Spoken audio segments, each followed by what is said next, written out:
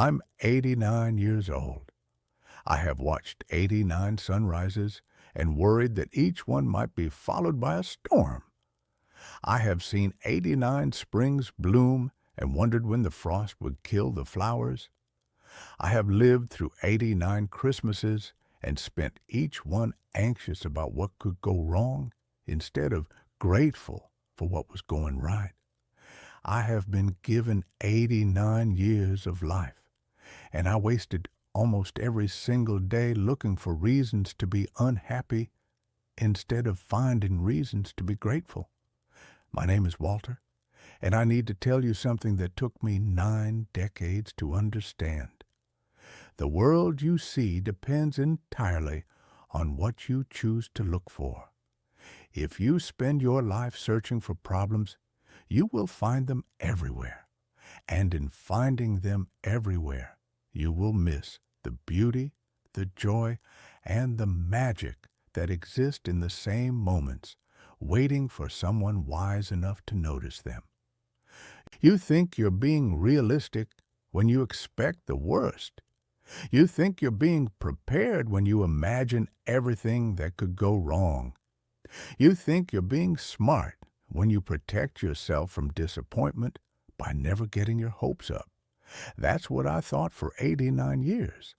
That's the lie that cost me a lifetime of happiness, that robbed me of joy, that turned every blessing into a burden and every gift into a worry. I was born in 1935, in the middle of the Great Depression. My father lost his job when I was 3 years old. I watched my parents struggle, watched them worry, watched them expect the worst because the worst kept happening. And I learned, as children do, that life was dangerous, uncertain, full of problems waiting to destroy whatever happiness you might be foolish enough to feel. By the time I was 10 years old, I had developed what my mother called a realistic outlook, and what everyone else called chronic pessimism. When other children were excited about birthday parties, I worried about what could go wrong. When my family planned picnics, I checked the weather forecast and predicted rain. When good things happened, I immediately started looking for the catch, the hidden problem, the disaster that was surely coming. The first hard truth I learned too late. Pessimism feels like wisdom, but it's actually just fear disguised as intelligence. When you spend your life expecting the worst, you're not protecting yourself from disappointment. You're guaranteeing that you'll never fully experience joy because even in your happiest moments, you're already preparing for them to end. I married Ruth in 1958. She was everything I was not. Optimistic, hopeful, excited about the future. Our wedding day was beautiful. Perfect spring weather, flowers blooming everywhere, all our friends and family celebrating with us. And what was I doing? I was worried about the clouds on the horizon, anxious about whether we'd have enough money for our honeymoon, concerned about all the things that could go wrong in our marriage. Ruth tried to get me to enjoy our wedding day. She pointed out how beautiful everything looked, how happy everyone seemed, how perfect the weather was. And I responded by pointing out that the flowers would die, that happiness was temporary, that perfect weather never lasted. I turned our wedding day into a lesson about the impermanence of joy instead of a celebration of love. That became the pattern of our entire relationship. Ruth would find something to be excited about, and I would find something to worry about. She would see beauty, and I would see problems. She would feel grateful, and I would feel anxious. I didn't mean to steal her joy. I thought I was helping her be realistic, preparing her for disappointment, protecting her from the inevitable letdowns that life would bring. The second hard truth: when you see problems in every blessing, you teach other people to see problems too. When you respond to joy with worry, you train the people around you to hide their happiness from you. When you meet every celebration with caution, you become someone people stop celebrating with. Ruth and I had 3 children. Sarah was born in 1959, Michael in 1961, Emma in 1963. 3 healthy, beautiful babies, and I worried about all of them constantly. Not the normal parental concern about keeping them safe, but obsessive anxiety about everything that could possibly go wrong in their lives. I worried about their health when they were perfectly healthy. I worried about their future when they were just learning to walk. I worried about their happiness when they were laughing and playing. When Sarah took her first steps, I worried about her falling. When Michael started talking, I worried about speech problems. When Emma began school, I worried about her struggling academically. I turned every milestone into a source of anxiety instead of a reason for celebration. My children learned that Daddy was the person who found problems in every achievement, who saw danger in every adventure, who met their excitement with warnings about what could go wrong. By the time they were teenagers, my children had learned to share their good news with their mother and their problems with no one. They knew that telling Daddy about something exciting meant listening to a lecture about why they shouldn't get their hopes up. They knew that sharing their dreams with me meant hearing about all the reasons those dreams wouldn't come true. The third hard truth: children learn how to see the world by watching their parents. If you see problems everywhere, your children will learn to see problems everywhere. If you respond to good news with worry, your children will learn that good news is something to be afraid of. If you cannot celebrate their joy, you teach them that joy is dangerous. I spent 40 years working for the same insurance company, and I was good at my job precisely because I was so negative. Insurance is about predicting what can go wrong, calculating risks, preparing for disasters. My natural pessimism made me excellent at anticipating problems, identifying potential issues, protecting the company from claims. But my success at work reinforced my belief that negativity was a virtue, that seeing problems was wisdom. I became proud of my ability to predict disasters, to spot flaws in plans. I thought my negativity made me valuable, insightful, indispensable. What I didn't realize was that my chronic pessimism was making me unbearable to live with. Every family vacation became an exercise in worry management. Every celebration became a discussion of potential problems. Every good day became an opportunity to prepare for the bad days that were surely coming. The fourth hard truth: being right about problems doesn't make you wise. Being able to predict difficulties doesn't make you valuable as a person. You can be accurate about everything that could go wrong and completely wrong about what makes life worth living. Ruth tried for decades to help me see the good in situations, to appreciate beautiful moments, to enjoy experiences without immediately jumping to worst-case scenarios. She would point out stunning sunsets, and I would mention that red skies often meant storms were coming. She would celebrate our children's achievements, and I would worry about them becoming overconfident. She would suggest spontaneous adventures, and I would list all the reasons why they were impractical.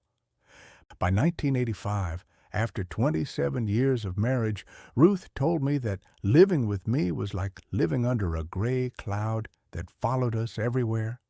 She said she felt like she needed permission to be happy, like every moment of joy had to be justified against my constant predictions of doom.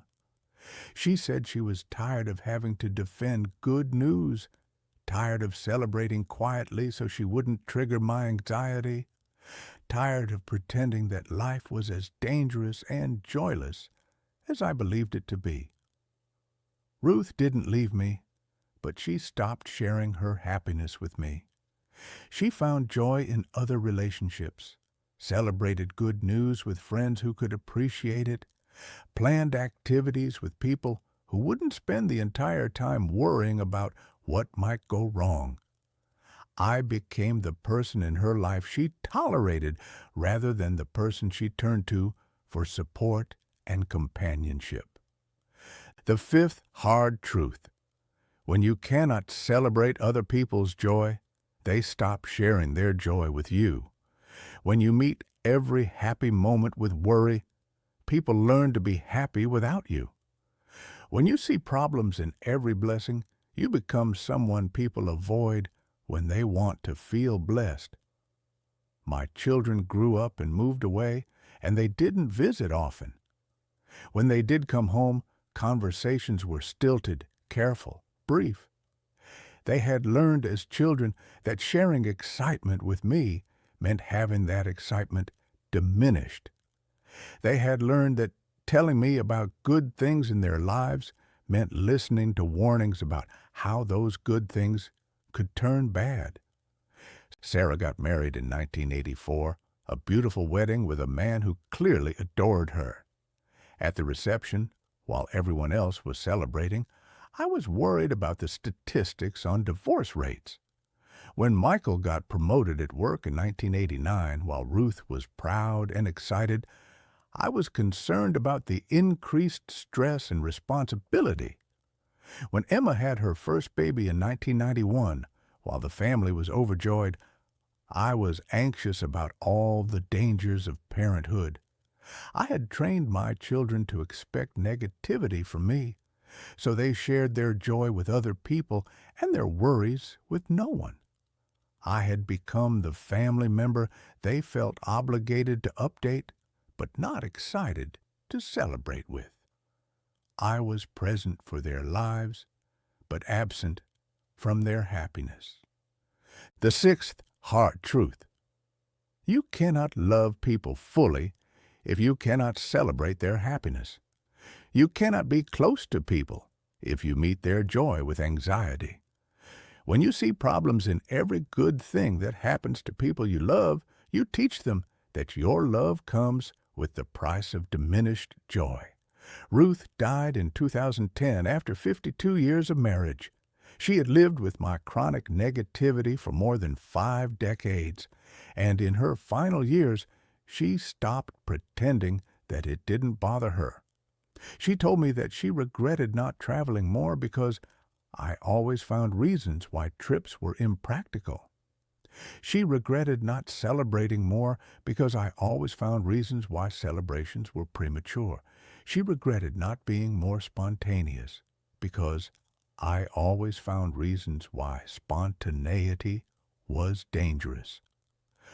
On her deathbed, Ruth told me that she had loved me despite my negativity, not because of it. She said she had spent 52 years trying to show me the beauty in life, and 52 years watching me look for problems instead. She said her greatest regret was not being able to help me see what she saw, a world full of wonder, beauty, love, and reasons to be grateful. After Ruth died, I was alone with my pessimism for the first time in decades. Without her optimism to balance my negativity, without her joy to contrast my worry, I realized how dark and joyless my world had become. I lived in a house where I had spent 50 years expecting the worst, and now I was surrounded by the emptiness that constant worry creates. The seventh hard truth: chronic negativity is not realistic. It's a choice. You can choose to see problems, or you can choose to see possibilities. You can choose to focus on what's wrong, or you can choose to focus on what's right. The world contains both good and bad, beauty and ugliness, reasons to worry and reasons to celebrate. What you see depends entirely on what you choose to look for. At 81 years old, I decided to try something I had never tried in my entire life, looking for good things instead of bad things. It was the hardest thing I had ever attempted. My brain had been trained for 8 decades to spot problems, identify risks, anticipate disasters, trying to notice beauty, appreciate blessings, find reasons for gratitude felt completely foreign, like learning a new language at an age when most people's minds are set in stone. But I started small. Instead of checking the weather forecast to worry about storms, I looked outside to appreciate whatever weather was actually happening. Instead of reading the news to confirm that the world was falling apart, I limited my news consumption and paid attention to the good things happening in my immediate environment. Instead of anticipating everything that could go wrong with my health, I tried to be grateful for everything that was still working correctly. The change was gradual, almost imperceptible at first. But slowly, I began to notice things I had ignored for decades. The way sunlight looked when it came through my kitchen window in the morning, the sound of children playing in the neighborhood park, the kindness of the grocery store clerk who always asked about my day, the beauty of flowers that I had spent 80 years expecting to wilt instead of appreciating while they bloomed. The eighth hard truth: it's never too late to learn to see beauty, but the longer you wait, the less time you have to enjoy what you finally learn to see. You can change your perspective at any age, but you cannot reclaim the years you spent looking in the wrong direction. My children were surprised by the change in me, but they were also cautious. They had spent their entire lives having their joy diminished by my negativity, and they were not quick to trust that their father had really learned to celebrate instead of worry. It took years for them to believe that I could hear good news without immediately looking for problems, that I could appreciate their happiness without warning them about its fragility. Sarah started calling me more often when she realized I could listen to her excitement about her children's achievements without lecturing her about the dangers of overconfidence. Michael began sharing his travel plans when he discovered I could be happy for his adventures without cataloging everything that could go wrong. Emma started including me in family celebrations when she saw that I could enjoy the moment without predicting its end. But the relationships had been damaged by decades of negativity, and rebuilding trust took time. My children loved me, but they had learned to protect their joy from me, and unlearning that protection required patience from all of us. The ninth hard truth: you can change how you see the world, but you cannot undo the years when you saw it wrong. You can learn to celebrate other people's happiness, but you cannot erase the memory of years when you diminished it. People can forgive chronic negativity, but they remember how it felt to have their joy questioned constantly. I'm 89 years old now. I have maybe 5 more years, maybe less, maybe a little more. And I'm spending these final years trying to see the beauty I missed in the previous 84. I sit on my porch and watch sunsets without worrying about the darkness that follows. I listen to birds sing without anticipating the winter that will silence them. I appreciate the changing seasons without dreading their inevitable end. But I also think about all the beauty I missed, all the joy I failed to appreciate, all the wonderful moments I turned into opportunities for worry. I think about Ruth's excitement that I met with caution, my children's achievements that I responded to with anxiety. Decades of sunrises that I watched while expecting storms. I see my neighbor across the street, a woman about my age who tends her garden every morning with obvious pleasure. She waters her flowers, deadheads her roses, talks to her plants as if they were beloved friends. When people compliment her garden, she beams with pride instead of worrying about drought or disease or the frost that will eventually kill everything she has grown. She has the same flowers I have, the same weather I have, the same aging body I have. The difference is that she has spent her life looking for reasons to be happy. And I spent my life looking for reasons to be worried. She sees beauty where I saw problems. She finds joy where I found anxiety. She celebrates what is while I always focused on what could go wrong. I realize now that happiness is not about having a perfect life. Happiness is about having the wisdom to appreciate an imperfect life. Beauty is not about living in a world without problems. Beauty is about having the vision to see wonder even in a world full of problems. The final hard truth: you have a choice every single day about what to look for in your life. You can look for problems or you can look for blessings. You can focus on what's wrong or you can focus on what's right. You can see reasons to worry or you can see reasons to celebrate. The world you experience is the world you choose to see. Don't make my mistake. Don't spend your life searching for problems and missing beauty. Don't waste decades worrying about storms and ignore the sunshine. Don't let chronic negativity steal your joy or poison your relationships. Look for reasons to be grateful. Notice beauty in ordinary moments. Appreciate what you have while you have it. Celebrate good news without immediately looking for bad news. See possibilities instead of problems. Choose hope over fear, joy over anxiety, gratitude over worry. The world is full of both darkness and light, problems and blessings, reasons to worry and reasons to celebrate. You get to choose which ones you see, which ones you focus on, which ones shape your experience of being alive. I'm tired now, tired of remembering all the beauty I missed while looking for problems. But I'm also grateful that I finally learned to see what Ruth saw, what my children needed me to see, what was always there waiting for me to notice. Don't wait until you're 89 to start looking for beauty. It's there right now, waiting for you.